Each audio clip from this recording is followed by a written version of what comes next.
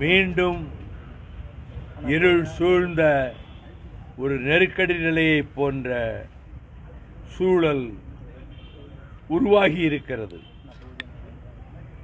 இந்த நாட்டுக்கு அரசியல் சட்டத்தை வகுத்து தந்தவர் மாமேதை டாக்டர் B.R. அம்பேத்கர் அவர்கள். ஆனால் அந்த அரசியல் சட்டத்தையே சிதைத்து இந்துத்துவாவினுடைய மனுதர்ம சட்டத்தை நம்முடைய சட்டமாக ஆக்க வேண்டும் என்ற உள்நோக்கம் இருக்கிறது நரேந்திர மோடி என்ற பிரதமருக்கு. அதன் விளைவாகத்தான் ஒரே நாடு ஒரே தேர்தல் என்று அறிவித்திருக்கின்றார்.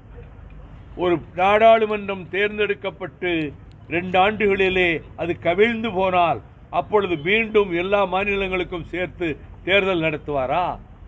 அல்லது 1, 2, 3 மாநிலங்களிலே அரசு கவிழுமானால் அப்பொழுது அத்தனை இடங்களுக்கும் சேர்த்து நாடாளுமன்றத்துக்கும் சேர்த்து தேர்தல் நடத்துவாரா? இந்த இந்திய அரசியல் சட்டத்தை மாற்றி அமைக்கவும் கூட்டாட்சி தத்துவத்தினுடைய ஆணிவேரை அறுக்கவும் அதைப் போலவே அவர்கள் இந்தியாவுக்கு எவையெல்லாம் தீங்கு விளைவிக்குமோ ஒருமைப்பாட்டுக்கு அந்த வேலைகளில் ஈடுபட்டிருக்கிறார்கள். ஒவ்வொரு தேசிய இனத்திலும் பலர் இருக்கிறார்கள். நான் தமிழ் தேசிய இனத்தைச் சேர்ந்தவர்.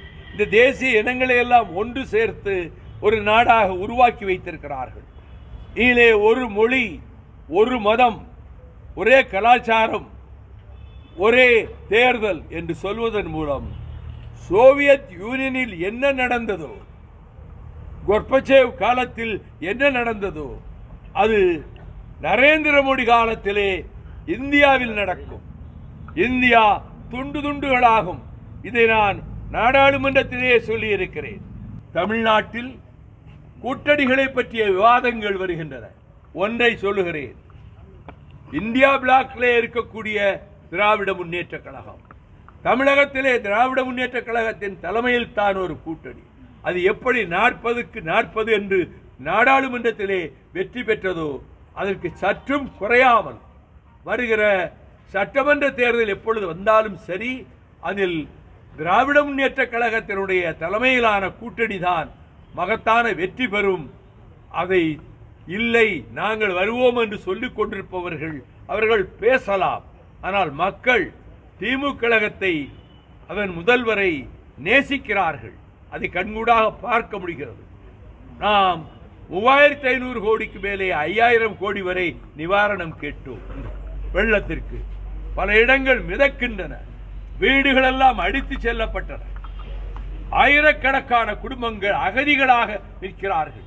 இப்பொழுது கூட நாம் கேட்டதில் 4 1 பங்கு கூட மத்திய அரசு நிதி ஒதுக்கவில்லை. ஆகவே இந்த ஓரவஞ்சகமும் இந்த பாகுபாடும் மத்திய அரசிலே நரேந்திர மோடி அரசிலே இருப்பதை நாம் மக்களுக்கு உணர்த்தியாக வேண்டும். ஆகவே ஒரு சோதனையான காலத்தில் நமக்கு ஒரு நம்பிக்கை திராவிட முன்னேற்ற கழகத்திற்கு சரியான பக்கபலமாக கூட்டணி கட்சிகளும் இருக்கின்றன, மக்களும் இருக்கின்றார்கள். நிச்சயமாக திராவிட முன்னேற்ற கழக திராவிட மாடல் ஆட்சிக்கு இங்கும் மரியாதை, தமிழ்நாட்டில் மட்டுமல்ல இந்தியாவில் எங்கும் மரியாதை என்ற நிலைமை உருவாகி இருக்கிறது.